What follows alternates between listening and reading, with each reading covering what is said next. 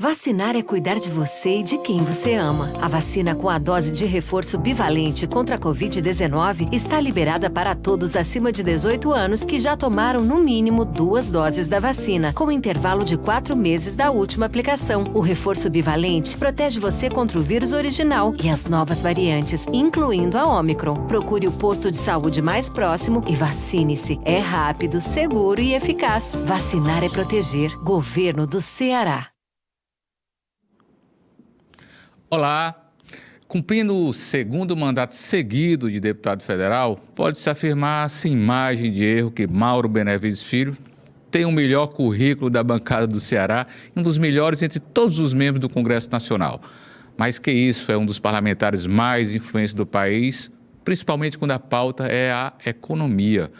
Mauro é formado em Economia pela Universidade de Brasília e PhD na mesma área, melhor dizendo, pela Universidade de Vanderbilt, nos Estados Unidos. Professor da Universidade Federal do Ceará, o curso de Economia, o curso de Mestrado em Economia. O deputado deu início à sua trajetória política, podemos dizer assim, quando assumiu a Secretaria de Finanças da Prefeitura de Fortaleza na gestão do prefeito Ciro Gomes em 1989. Faz um bom tempo, né?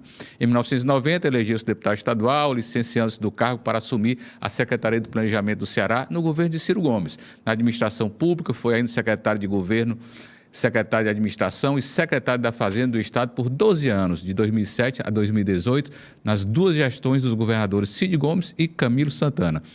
Durante os anos de 2008 e 2009, foi ainda coordenador do Conselho Nacional de Política Fazendária. Nas campanhas presidenciais de 2002 e 2018, foi coordenador do Programa Econômico do candidato Ciro Gomes. Reelegeu-se por 6 vezes deputado estadual entre 1994 e 2010. E é com prazer que o Fox Colóquio conversa hoje com Mauro Benevides Filho.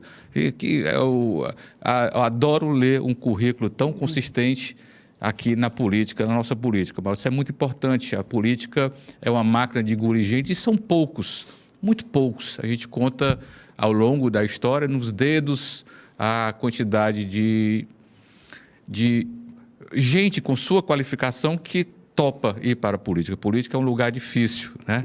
Um acadêmico ir pedir voto da maneira que se constrói a política brasileira é algo muito difícil, singular. E eu tenho certeza que a influência do seu pai foi muito importante nisso aí. Mauro, um currículo vasto como esse, o que você ainda pretende? O que é que você tem como meta ainda na política? Bom, primeiro, Fábio, eu quero assim dizer do privilégio... Mas antes de tudo, eu esqueci de agradecer a sua presença aqui no Fox Colóquio, que na casa de Vovó Dedé, na TV Dedé, a casa foi apresentada já ao Mauro, ele certamente vai tocar nesse ponto, e eu tinha esquecido de agradecer, faço esse agradecimento agora. Mas antes de mais nada, já era um tempo que eu já tinha vontade de estar aqui nesse Fox Colóquio com você, sobre a sua liderança, que tem exercido um papel muito relevante para o nosso estado, para a nossa cidade, enfim.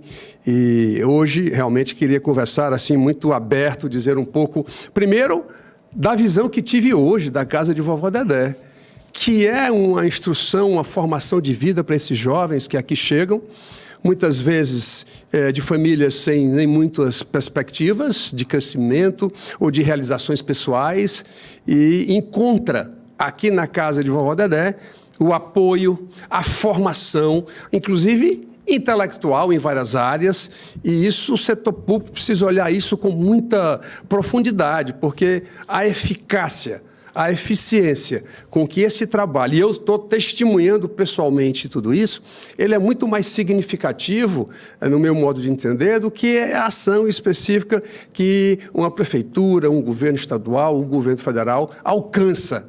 Portanto, eu acho que está na hora da gente fazer a ampliação dessas bases aqui já estabelecidas, parabenizar a todos os gestores, e eu quero, portanto, ainda com a vida que posso ter ainda no setor público, poder realmente fortalecê-la nesse trabalho. E, enfim, eu quero realmente deixar os meus parabéns muito sinceros, assim, lá do fundo da minha alma, porque a gente sai daqui emocionado. Mas o que eu... Que bom, Mauro. Essa é a sensação que eu tive também quando eu vim a primeira vez aqui, e acaba sendo um prazer servir a este projeto.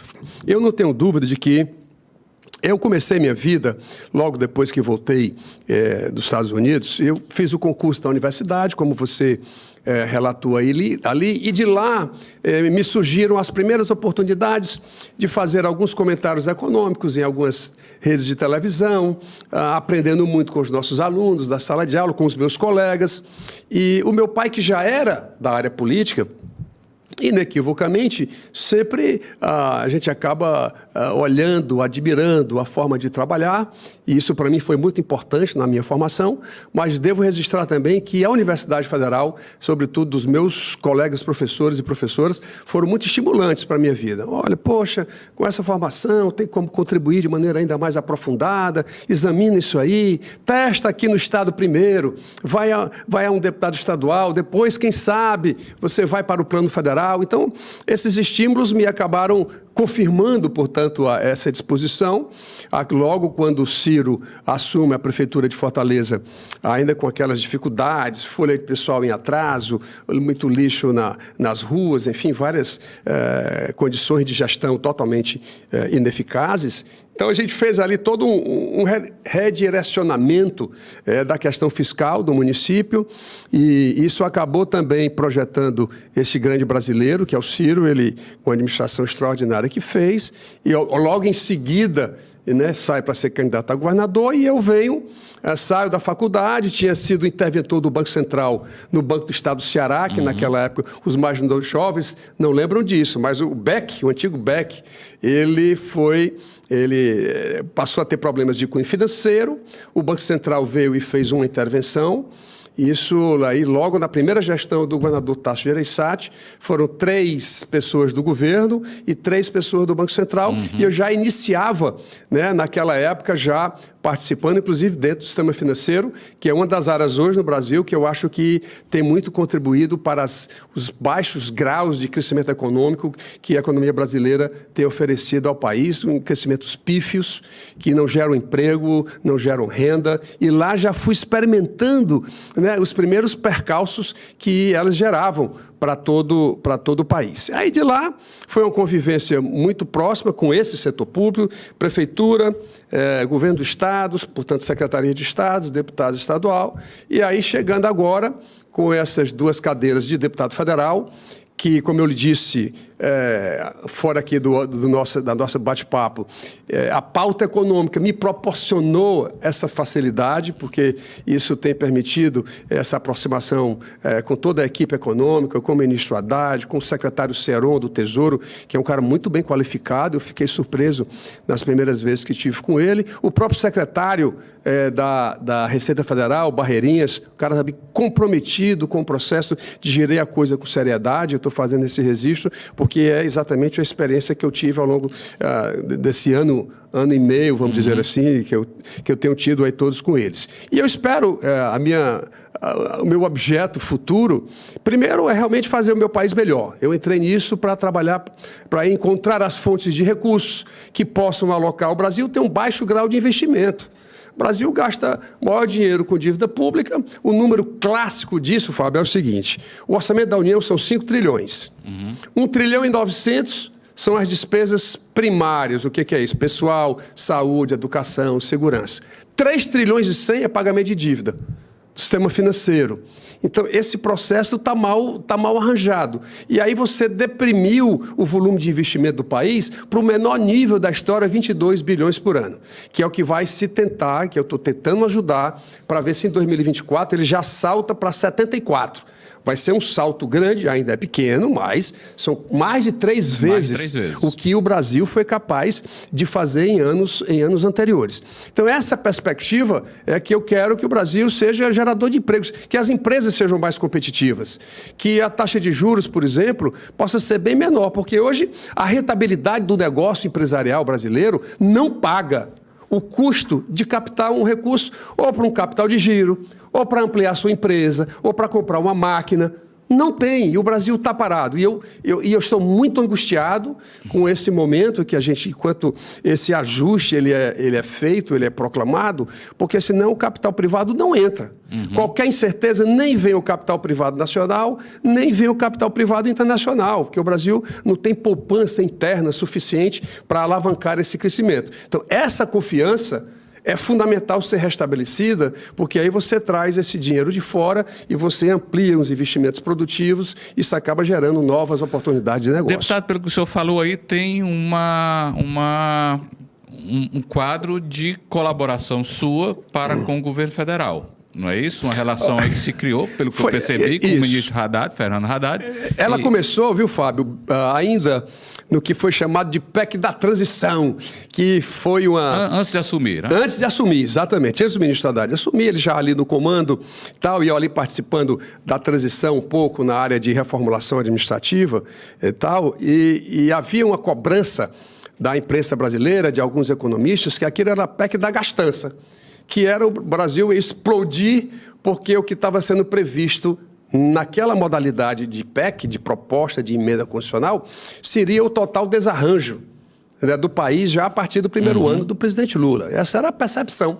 E aí, naquele contato que nós tivemos, ele precisava, dentro do Congresso, ter alguém que desse um pouco mais de substância técnica. O senhor foi procurado nesse sentido? Sim, quero fazer o registro disso. Também chancelado, quero fazer justiça pelo deputado federal Zé Nobre Guimarães, que eu acho que ele deve ter conversado com ele sobre isso. E aí coube a mim, portanto, fazer essa defesa, mostrando que essa despesa total como proporção do PIB era menor do que a despesa do teto do gasto, desse tão propalado teto do gasto que teve aqui no Brasil, e isso gerou uma confiança realmente muito próxima. Eu tive uma participação também muito significativa na formação desse tal arcabouço fiscal, que agora se tornou regime fiscal sustentável, virou um nome mais bonito. Melhor do que arcabouço. Arcabouço até porque estranho, arcabouço, né? As pessoas pensam até em calabouço. Para puxar para baixo as coisas, enfim. Então, a gente foi aprimorando, dando um pouco mais de rigor na matéria que eu achava necessária. A sua relação com Ciro Gomes, duas vezes, aliás, desde sempre, principal conselheiro econômico de Ciro Gomes, não houve nenhuma desconfiança não nessa relação agora nova com o PT? Pelo contrário, olha, eu Ciro... pergunto isso pela atitude de confronto que o Ciro vem dando à sua postura política nos últimos anos, em relação ao PT. Ciro, na realidade, ele é um brasileiro extraordinário. Eu acho que nem sei se tem igual. A preocupação dele em fazer esse Brasil melhor, renda mais distribuída, geradora de emprego mais uma vez, essa é a missão dele para o país. Então, ele percebe que o meu objetivo passa a ser, e sempre foi, vou fazer o registro, e sempre foi o mesmo dele, de fazer essa transformação. Então, nesse momento que o Brasil passa uma situação difícil, se eu tenho aí algum conhecimento que possa contribuir, colaborar para esse aprimoramento, então ele, pelo contrário, já tenho estado com ele, já estamos recentemente em Brasília. Seria mesquinho da parte dele, que não é uma característica dele. Não é a característica dele e tudo mais. Inclusive, vamos estar juntos agora, quinta-feira lá na CDL, nós vamos fazer lá, ele vai fazer uma apresentação sobre a perspectiva da economia brasileira, e vou estar lá do lado para discutir algumas questões disso, da reforma tributária. Lá na Câmara nós somos 513 deputados, mas somos 13 somente deputados que estão trabalhando na reforma tributária. Mais uma vez me deram a oportunidade de contribuir com o país. Enfim, então eu acho que absolutamente nada... E o PT na boa também com isso. Veja, o PT acabou, não posso falar de mim próprio, mas acabou desenvolvendo uma confiança também naquilo que eu estava defendendo, que era sincero, que era o que eu queria de melhor para o meu país. Eu acho que isso hoje me faz participar das reuniões de lideranças. Algum ponto do programa do Ciro que foi assimilado? Vários. Primeiro, o Desenrola, que vai sair agora, que era o nosso programa desde 2018, só que o nosso não tinha fundo de garantia, como eles estão colocando agora. O nosso era fazer o abatimento de dívida, parcelava em 40, em 60 meses, vai ser 60 meses, e com a taxa de juros bem menor do que a estabelecida hoje num cartão de crédito ou num cheque especial, o que quer que seja. Era para você dar condições, uma dívida média de R$4.000, você descontava 80%, ia pagar R$40, R$30 de prestação. Eles agora não, vão fazer isso e aí vão colocar por pressão do sistema financeiro, eu tenho que dizer, ele vai colocar 10 bilhões do Fundo de Garantia de Depósitos para poder dar viabilidade nessa questão. Essa questão das taxas de juros, isso é uma coisa que realmente o Ciro bate nisso, eu troco ideias muito fortemente sobre essa inapropriação. E Fábio, deixa eu só dar esse detalhe aqui. Nós rodamos, eu tinha uma orientanda chamada doutora Isadora, que agora não é mais doutora, ela acabou de fazer o concurso da UFC, é professora da UFC. Nós analisamos os 2 modelos do Banco Central que define a Selic. Selic é a taxa de juros que o Brasil paga na sua dívida. Então, nós estimamos os 2 modelos aqui, um deles demorou 5 horas e meia, só para que os nossos internautas possam acompanhar a profundidade dessa análise. E lá o máximo de juros da Selic que nós encontramos é 11,25%. Aí, de tanto eu bater no Banco Central, eu recebi uma ligação do presidente Roberto Campos Neto e fui lá conversar. Fui convidado e eu gosto de conversar, eu gosto de ver, compreender a visão das outras pessoas. Foi assim que eu aprendi do meu pai ao longo de toda a minha vida. Fui lá, passamos 2 horas e 20 conversando tecnicamente. O que é que eu queria dele? Eu queria que ele me desse eu rodei o modelo com alguns parâmetros, eu queria que ele me desse os parâmetros dele das equações. Infelizmente, ele não me deu. Aqui eu pudesse, até brinquei com ele e disse o seguinte, deixar aqui para a história. Eu disse, presidente, já pensou se o senhor me desse esses parâmetros, eu rodasse lá na Universidade Federal do Ceará o sistema e eu dissesse público que o senhor estava certo? Nos 3 aí ele começou a rir e tudo mais e tal, você está querendo meus parâmetros. Não, pois é, então, eu acho que há um equívoco de modelagem do Banco Central. O Brasil tem hoje a maior taxa de juro real do mundo. Não é a história de América Latina, de América do Sul, de Europa, é do mundo. Então tem algo equivocado, porque isso constrange o crescimento da economia, isso está grave. E mais, por mais superávit primário que o governo federal possa fazer, o que é primário? É receita menos despesas, sem que nas despesas esteja o pagamento de juros. Por isso que se dá o nome de primário. Nunca, nesses 24 anos, por isso que tem um erro do Banco Central, o Brasil conseguiu gerar um resultado primário que pagasse pelo menos os juros. Então tem algo, não precisa ser tão brilhante, é só ver o número e ver que enquanto o Banco Central continuar com essa, não vou dizer prepotência, mas com essa autossuficiência, talvez a palavra seja mais adequada, e que não pode haver nenhuma contestação.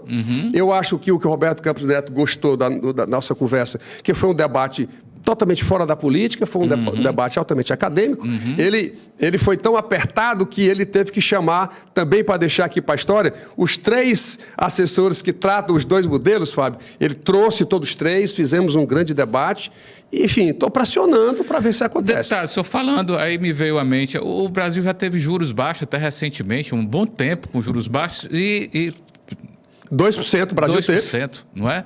E as coisas não aconteceram no Brasil. Quer dizer, você que eu digo, o país, né? O monstro da vez são os juros altos. De fato é. É um monstro. E sempre foram. Mas já tivemos juros baixos durante muito tempo, até um dia desse, e as coisas não aconteceram. O que é que há com o Brasil? O que é que falta? Porque os juros vão cair em um determinado momento e os problemas vão continuar. Mas o problema que falta para a economia? Por que o Brasil não explode, deputado? Por que os juros vão baixar? E isso, quando baixa, já vai baixar nas empresas altamente sufocadas. Tem empresas falindo, tem empresas em recuperação judicial. Então, ele baixou, passaram-se 4 meses com a taxa de juros baixa, pressão do sistema financeiro, lá volta de novo. Ou seja, não há um trabalho persistente, né, da definição desse patamar mais baixo de taxa de juros. Isso é uma coisa que o Brasil, e tudo se fala aqui no Brasil, que chama-se independência do Banco Central. Você não pode dizer nada. E o que eu vou dizer aqui para você, nenhum brasileiro tem conhecimento, a não ser os meus colegas que eu já dividi. Com a lei da independência do Banco Central, o Congresso Nacional está proibido de pedir informação ao Banco Central. Onde é que existe isso no mundo? Ou seja, em qualquer parte do mundo, o Congresso convoca, o presidente vai lá. Independência não significa não prestar contas. O Banco Central virou o órgão do além, lá do céu. Acima de qualquer... Acima de qualquer até do coisa. presidente, né? Então, apresentei já uma emenda constitucional para restabelecer essa necessidade de prestação de contas. Será possível que nem prestar contas ele não vai fazer? É porque ele diz assim, não, mas de 6 em 6 meses eu já vou ao Congresso. Mas não é de 6 em 6 vezes quando ele quer, de 6 em 6 meses. Ele tem que ir todas as vezes que o Congresso achar necessário, que a sociedade achar necessária para poder obter essas informações. E isso eu vou trabalhar, quero ver se nesses 60 dias eu tenho uma emenda constitucional para poder estabelecer esse órgão tão sublime, acima de todos e tal. Então, realmente, tem uma concepção de política monetária que é equivocada no Brasil. Obviamente que alguns colegas vão dizer que o Brasil gasta demais, gasta mais do que arrecada. O Brasil já teve vários anos de resultado primário, mas isso não significou diminuir a dívida. Então, realmente, são privilégios que o sistema financeiro tem. Eu estava na Câmara dos Deputados quando foi apresentado um projeto de lei para dar incentivo fiscal para banco. Será possível? Eu acho que eu estou lendo errado. E mais, essa segunda parte eu consegui tirar, a primeira não. Eles queriam retroagir há 2 anos para trás. Só para vocês terem uma ideia, a força que o sistema financeiro tem dentro do país e dentro do próprio Congresso também. Eles exercem... Esse é um dos males do país, na sua opinião? Eu acho que o sistema financeiro ele é tratado muito mais... Primeiro, não há concorrência.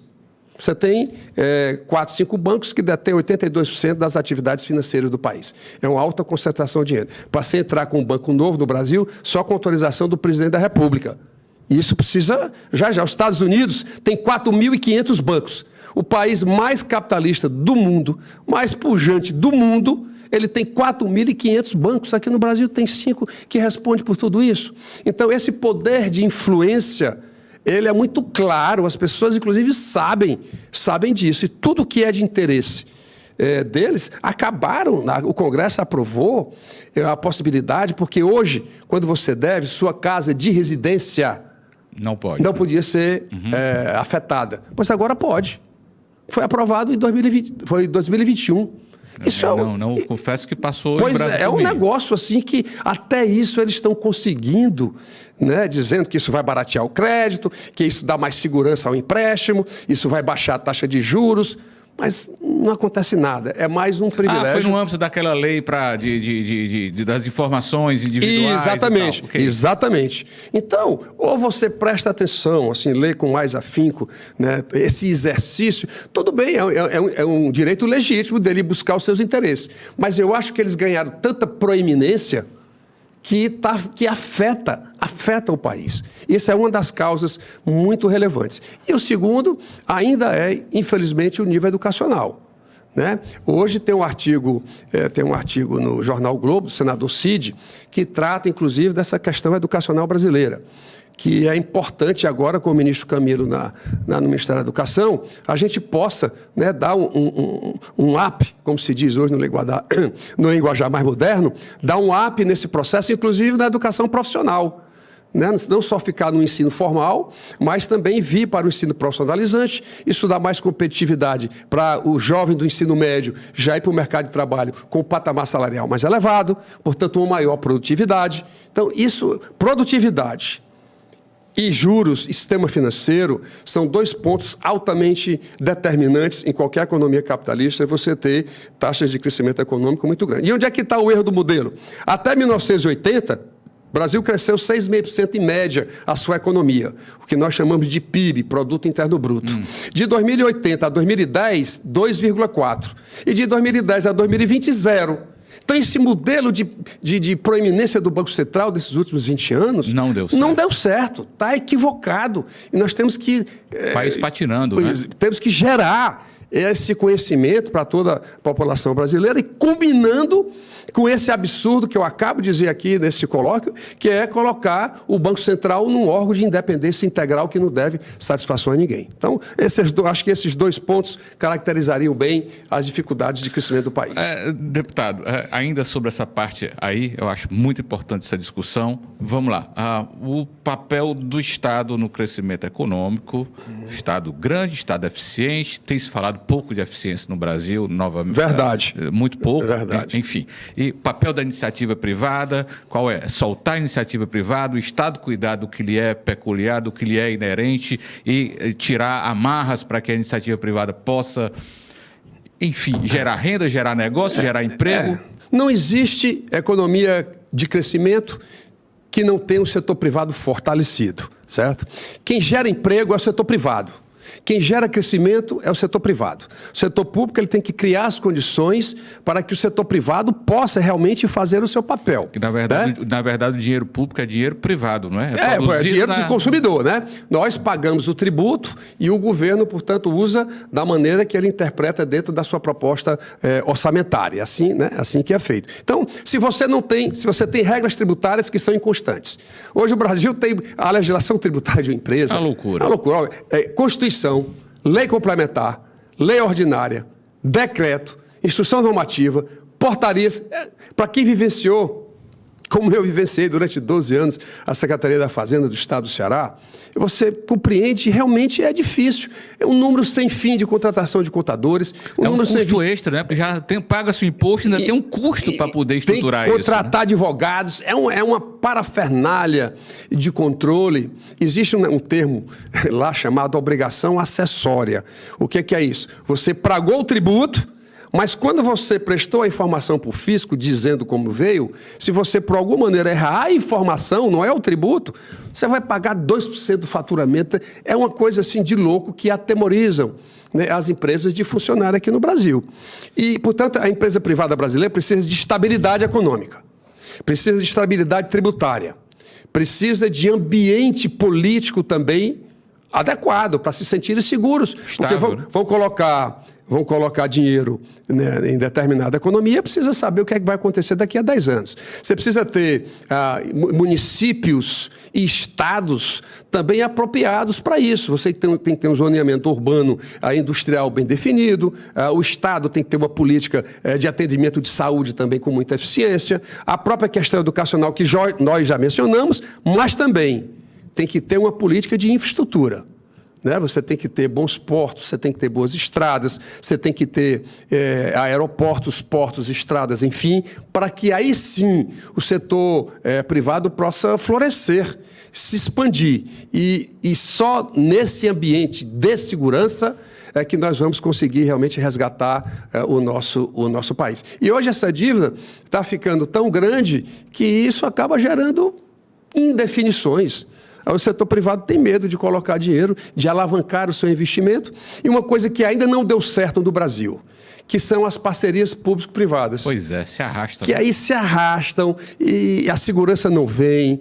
Já foi criada até uma segurança de 3% da receita corrente líquida para qualquer eventual não cumprimento daquilo que foi pactuado em contratos. Mas essa instabilidade, muda isso, muda aquilo outro, acaba deixando o próprio setor privado, né, desconfiando do que o setor público poderá fazer. Então, que sempre foi exemplo na Europa, essa questão de parceria público-privada, o pessoal pensa que nos Estados Unidos, mas a Europa fez muito isso. Mas Inglaterra, principalmente. A Inglaterra, extraordinariamente bem lembrado. Agora, o Brasil não consegue deslanchar, porque não pode, sozinho, o setor público estar fazendo os investimentos. Até porque ele não tem capacidade. Nem o Brasil tem. Já que ele não pode fazer os investimentos, não é melhor privatizar? Depende daquilo que for a tarefa. Por exemplo, eu acho que privatização tem que começar pelas empresas ou pelas atividades que são deficitárias do Tesouro. Tipo todas elas, desde da empresa do trem-bala, que vai gerenciar o trem-bala, e todas as empresas que têm que ter aporte do Tesouro, a nuclear, a do Exército, enfim, o que for. Porque você vender empresas lucrativas, sobretudo em épocas de baixo valor das suas ações, ela não é apropriado. A Companhia de Energia do Ceará, a Coelce, foi vendida numa situação como essa. Não, na sua opinião, um erro? Veja, a Coelce foi vendida, já é a terceira empresa que nós estamos hoje, né? A expansão dela aconteceu nos primeiros 6 anos, mas de lá para cá eu acho, até hoje, para você ligar, eu tenho chega a mim vários pedidos de supermercados que foram feitos, Não que consegue precisam fazer a instalação elétrica para começar a funcionar. Eu tenho indústrias do interior do estado que estão com o prédio pronto, maquinário instalado e não conseguem fazer a ligação. Então, está tendo algum problema estrutural, inclusive dentro do setor privado. A Enel, aqui no estado do Ceará, por exemplo. Aliás, estão falando até que vai ser vendida, não sei o quê. Estão comentando essa questão. Então, eu acho que... Já aconteceu em Goiás, né, recentemente. Por exemplo, Petrobras. Petrobras, todo mundo fala que tem que ser privatizado. A Petrobras produzir energia, isso é um setor estratégico muito forte. Petrobras é uma empresa superavitária. Ela dá lucro. Mas ela não tem que disputar no mercado, não? Na boa? Ela disputa no mercado. Privado, é tudo meio que dela, né? Veja, hoje ela é tem monopólio. Uma decisão muito... Ela é monopólio. Ela extrai petróleo, em alguns com parcerias de outras, mas a Petrobras chegou ao ponto de ter uma política de paridade de preço internacional, onde ela fixava preço 3 vezes mais do que ela precisava. Aí as pessoas diziam assim, não, mas ela vai distribuir 188 bilhões de dividendos. Mas a que custo? Quem, né? Primeiro, a que custo? Ou seja, ela gerou uma inflação que estava baixa de 3,4 para 10,06 em 2021, sem necessidade. A Petrobras distribuiu mais dividendos do que a Apple em todo o mundo. A Petrobras distribuiu mais dividendos do que a Microsoft em todo o mundo. Tamanha disparidade. A rentabilidade da Petrobras... Considere-se, deputado, que quem recebeu esses dividendos são investidores do mundo inteiro. 46% do investidor... Brasil? Não, são estrangeiros. 46% estrangeiros. Quase metade são estrangeiros. Entendeu? E mais, ainda tem um detalhe. Dividendos no Brasil, só no Brasil e na Estônia, não se paga imposto de renda. Então, você recebe o seu salário, paga lá o seu imposto de renda, 4 mil, 5 mil reais. Aí uma pessoa que ganha 1 bilhão de dividendos paga 0 de imposto de renda. Isso é uma total aberração que ainda existe no sistema tributário brasileiro. Então, a Petrobras causou inflação e distribuiu renda para terceiros. Então, a Petrobras precisa ter um preço que lhe seja lucrativo, igual às outras empresas petrolíferas. A Petrobras tem rentabilidade 2,5 vezes das 10 maiores empresas petrolíferas do mundo. Você vê o absurdo. O problema é que quando a gente diz que tem que ter rentabilidade igual das outras petrolíferas, as pessoas pensam que a gente está querendo que a Petrobras seja deficitária. Só na cabeça de lelé. A Petrobras tem que ser superavitária. Agora tem que acabar com esse negócio só de petróleo, que ela está se atrasando. Ela tem que pensar em energias renováveis, pensar em outras plantas, pensar no hidrogênio verde, tem que pensar na eólica, na solar, enfim, outras que estão aí por aparecer. Ela não pode ficar parada. Então, a minha regra da privatização é essa. Tira a dependência dos 70, 80 bilhões que ainda drenam do Tesouro para essas empresas estatais e, depois de passado, vendido todas elas, aí vamos focar em outras que, porventura, já não seja tão estratégica, mesmo sendo superavitária, não sendo estratégica, possa ir ao mercado para vender e o governo e a empresa privada alocar mais corretamente. Deputado, Cearazinho, velho de guerra, nosso estado querido, nossa terra, terra do sol, enfim, nosso lugar. Faz pelo menos 40 anos que ninguém consegue sair dos 2% do PIB brasileiro. Quer dizer, a participação do Ceará, a riqueza do Ceará no Brasil equivale a 2% da riqueza brasileira, né? É muito pouco.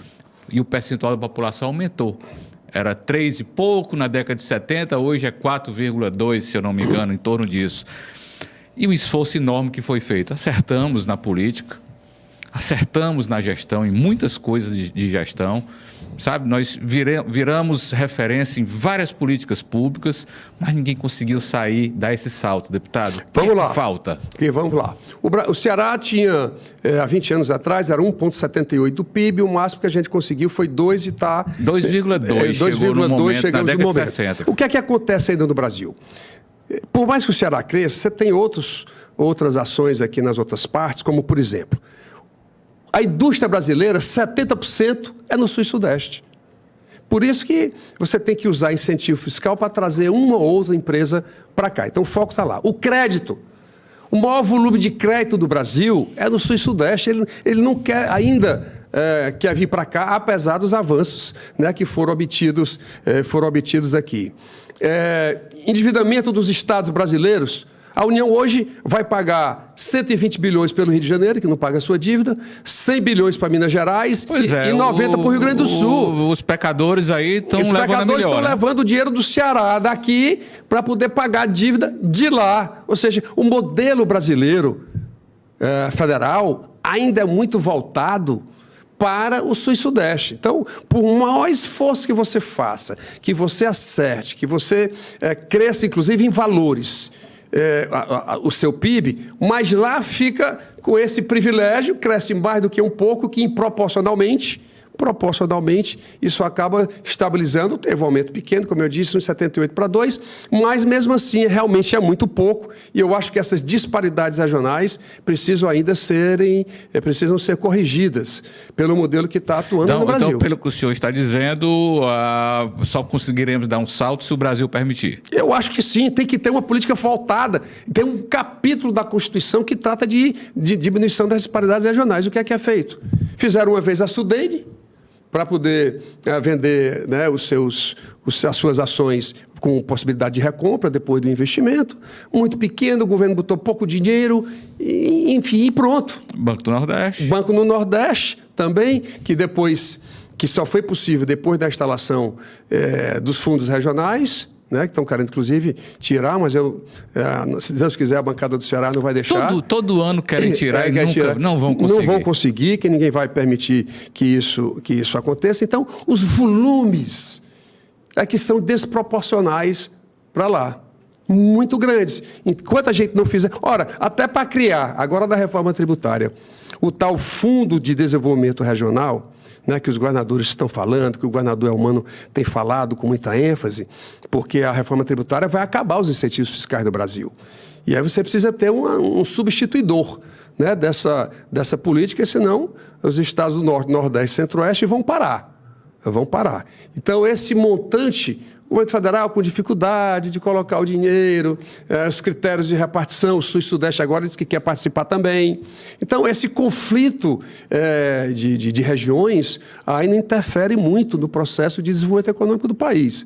E a gente tem que ter muita disciplina para poder fazer convencimento dessas estruturas de Sul e Sudeste, que não são fáceis ainda de compreender. A composição política de nossas bancadas aqui, dos estados nordestinos, elas ajudam nesse sentido, porque o senhor falou desigualdades regionais. Meu Deus, há quanto tempo eu não ouço falar mais isso? Eu acho que a última vez... Beni Veras era senador que tratou desse tema. Ministério do Planejamento, senador Beni. Planejamento. Isso. E isso está meio que morto. A política está voltada para um cotidiano muito pragmático e essas questões parecem não ser discutidas, deputado. A bancada, para ser justo, se tem uma bancada que é relativamente unida na pressão junto ao governo federal, é a bancada do Nordeste. E a bancada do Ceará se destaca nesse processo de pressão, eu acho que a palavra é essa mesmo, para poder abrir os olhos, né, da gestão brasileira. Mas me parece que não tem uma unidade de um tema, né? O senhor acabou de falar, desigualdades regionais, temos que tratar não podemos tratar como iguais os desiguais e tal. O problema é que a imprensa brasileira, também, lá do Sul, tem um fator determinante. Olha, não pode ter incentivo fiscal no Nordeste, isso é guerra fiscal, isso é um absurdo. Ou seja, a formação das pessoas, também, Fábio, você que conhece bem isso, ela é formada por matérias, por opiniões. É o sudestinismo, né? Eu sempre chamei isso. Você chegou onde eu queria, e aí você vai para as televisões. Eu já tive 4, 5 vezes na Globo News, mas quando eu vou num dia, no outro dia vai o outro, exatamente com um pensamento totalmente diferente. É o ponto de vista deles. Sempre. Isso tem... eu tenho me batido muito por essa questão há muito tempo, deputado. Por exemplo, se o Lula viajar para Fortaleza, ele não veio a Fortaleza, ele veio ao Nordeste. É curioso. No entanto, se ele for para São Paulo, o presidente Lula foi a São Paulo, ao Rio ou Belo Horizonte, Porto Alegre, ainda entra, mas não diz que foi ao Sudeste ou foi ao Sul, mas quando vem para o Nordeste, ele foi ao Nordeste. Quer dizer, quando vem para Recife, Salvador, Fortaleza ou Natal, ele veio ao Nordeste. Trata-se como uma massa assim, como se tudo fosse igual e tal, que a meu ver é um modo de ver sudestino, de ver o Brasil terrível. Eles veem, muitos deles, veem o Nordeste como uma segunda, como vamos dizer assim, como um fator dificultador do Brasil. como se nós fôssemos, acho que a palavra também é essa, como se nós fôssemos coitadinhos. Mas não, o Brasil, nós temos fábricas... E trata como peso, que não é verdade. Que não é verdade. O Nordeste é uma grande região consumidora, inclusive para que fortalecem as indústrias do Sul e Sudeste. Agora, perder essa geração de igualdade de condições de produção, como é o caso que o incentivo fiscal, porque isso não é licencioso, não. Quando uma Grandene vem para cá, o insumo dela, a borracha, vem do Sul e Sudeste. Tem o custo de frete. E quando produz, o grande mercado do consumidor, de novo, está lá, volta boa parte da mercadoria para lá. Isso, você tem que, esse custo de ir e vir, você tem que compensar. Você tem um cálculo específico que você faz para poder dizer, olha, venha para cá, porque aqui você tem igualdade de condição de produção, mesmo tendo que ir e vir, e nós vamos lhe dar uma mão de obra de maior produtividade. Pergunte às indústrias daqui do estado do Ceará, onde está a maior produtividade de suas indústrias aqui e lá. É aqui. Enquanto as pessoas não descobrirem isso, que aqui o povo cearense, apesar de tudo, ele é trabalhador, ele é responsável no processo de produção, fica difícil. Então, nós não podemos abrir mão desse mecanismo, e o governo federal, repito, e a imprensa, isso é um absurdo, isso é um privilégio, isso é guerra, querem guerrear com o Sudeste. Até o nome de guerra foi colocado, guerra fiscal. Chegaram a esse ponto. Então, não é fácil você romper com toda essa preconcepção que eles têm de todos nós, tem ciúmes da gente. Uma projeção, Fábio, da bancada do Ceará, por exemplo, isso gera ciúme. Lá dentro é perceptível isso. Né? Então, a gente tem que acabar trabalhando, fazendo boas amizades, mostrando a necessidade desse compartilhamento, e para a gente ir vencendo, tudo isso. Bom, voltando aqui para o Ceará, vamos lá, caminho de futuro, né?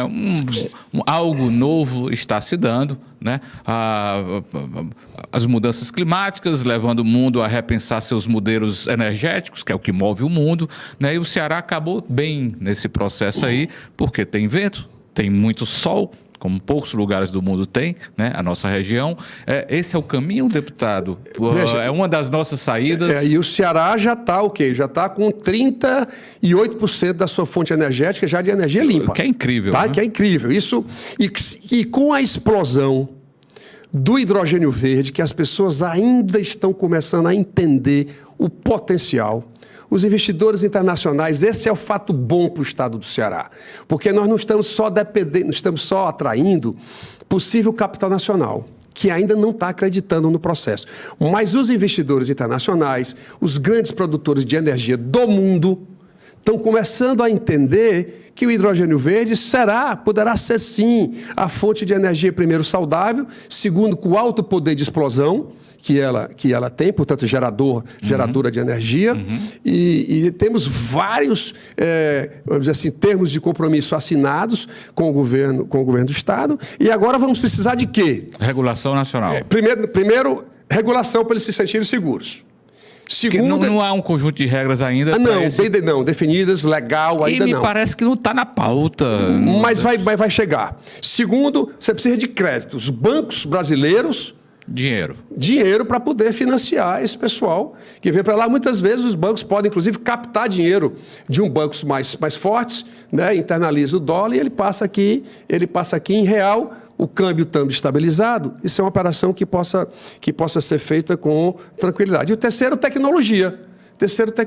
Que nós estamos quase no finalmente disso acontecer. Olha, se já tínhamos a eólica, se já tínhamos a solar, e os campos solares estão cada vez mais explodindo aqui dentro. E é porque a solar, Fábio, ainda é mais cara do que a eólica. Tende a ficar mais barato, não é? Exatamente. Com o passar do tempo, com o volume de investimento sendo alcançado, a tecnologia, a capacidade de armazenamento do lítio está cada vez mais aprimorada.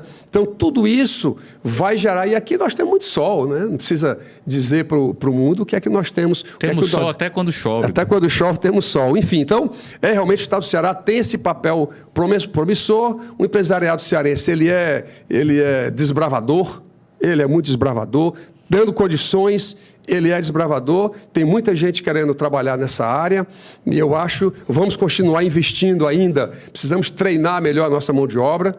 Esse é o papel do Estado hoje, porque tecnologias novas demandam mão de obras novas, mão de obras melhores qualificadas. As nossas instituições estão atentas para isso? Eu acho que os nossos cursos não estão muito ainda afinados, não estão.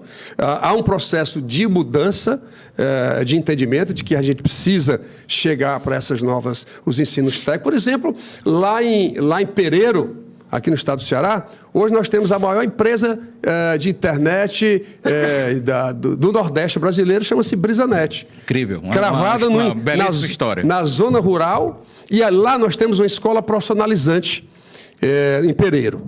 Um dos cursos, que cada escola profissionalizante tem que ter no mínimo 2 cursos profissionalizantes. Lá tem TI, tecnologia, redes de computadores. 80% a 90% do pessoal que se forma no final do ano é absorvido pela Brisanet. É uma coisa impressionante. O cara já sai do ensino médio com as qualificações focadas aonde o mercado efetivamente está precisando. Isso deu uma revolução, diminuiu o custo para a Brisanet, ela se tornou mais eficiente do que essas grandes empresas de telefonia no Brasil, e não é à toa que ela acabou de fazer um IPO, abriu o seu capital, recebeu agora R$1,5 bilhão de reais para fazer 5G, já começou a fazer 5G em todo o Nordeste brasileiro. Era ganhadora desse processo licitatório que a Anatel fez. Então, esse focar, eu acho que você tocou num ponto relevante que eu não tinha tocado. As pessoas estão vendo, as universidades estão observando, o Estado também, o governo do Estado também está observando que você tem que adequar o seu ensino à necessidade do mercado, que é muito mais moderno, é muito mais tecnológico, e, portanto, a gente migra para esse tipo de conhecimento, ou então nós não vamos para frente. E sem priorizar o ensino universitário, né, deputado? O ensino médio profissionalizante aí, o Brasil nunca foi muito atento para isso. Na era, os primeiros governos Lula lá atrás priorizou, a meu ver, em excesso o ensino superior, em detrimento desse caminho. Agora, eu pessoalmente acho que o Brasil tem 3 setores que são altamente dependentes do exterior, e que as universidades, aí sim o papel é da universidade, na descoberta de novas tecnologias. Porque, por exemplo, na indústria médica, nós temos um déficit por ano de quase $100 bilhões na área farmacêutica. O Brasil, porque um país ele não pode querer produzir tudo, isso não existe, né? Você tem que focar naquilo onde você acha que pode ter competitividade e aí trocar mercadorias com o resto do mundo. Focar. Indústria farmacêutica é um déficit extraordinário. O Brasil tem condições de fazer o seu desenvolvimento aqui e as universidades têm que cumprir esse papel. Segundo ponto, que é a indústria eletroeletrônica. Já está na hora do Brasil ter condições, ele já iniciou, ainda não chegou lá, de ser capaz de fazer um chip, por exemplo, por que não? A Índia caminhou célere aí, né? Aliás, vários softwares hoje do mundo, eles não vêm da Inglaterra, nem vêm de outro país, não. Vêm da Índia. Lá os Estados Unidos são altos importadores de gênios da área de informática que estão lá trabalhando no desenvolvimento de todo esse portfólio que hoje é disponibilizado para o mundo inteiro. Então, o Brasil precisa, na indústria farmacêutica, na eletroeletrônica, e eu, pessoalmente, acho que temos que pensar ainda, as pessoas me criticam muito por isso, mas o Brasil precisa pensar um pouco na indústria, de GPS, de satélites. Porque hoje tudo é satélite. Tudo passa por isso, tudo é verdade. Passa por isso. Então, hoje, para você usar o satélite, tem que pedir a não sei quem, tem que pagar a não sei quem, num conflito de guerra. Quem for detentor do satélite vai virar o satélite para onde ele quiser. Então, essa tecnologia de futuro é que as nossas universidades têm que estar focadas. O Brasil precisa estar estimulando os nossos pesquisadores a encontrar isso. Aí o Brasil vai bombar. Como diz aqui os mais jovens de hoje, nós estaremos bombando daqui a 10 anos. Que assim seja, deputado. Que assim seja. Bom, estamos chegando ao final. Deputado, me diga como está seu pai, sua referência política. Papai, minha referência de vida, de pessoa, da política. Ixi, ele nem gosta que diga quantos anos. Ele diz, meu filho, diga que eu já passei dos 70. Mas ele devo dizer que faz parte da minha trajetória como jornalista. Eu comecei no jornalismo, ele era senador, já fazendo cobertura de política, eu era repórter de política. Sim. Então tive muitas vezes a oportunidade de conversar com ele, numa época muito difícil do Brasil, que é aquela época do impeachment, Fernando Collor de Mello, isso aí, início da década de 90. Ele continua, ele tem o gabinete no anexo 1, no 20º andar, ele continua indo pelo menos 1 a 2 vezes por semana, tem 93 anos, lúcido na sua integralidade, ele escreve... Bom humor. Bom humor, esse é da vida inteira, Fábio, da vida inteira. Humor sofisticado, é um humor meio inglês?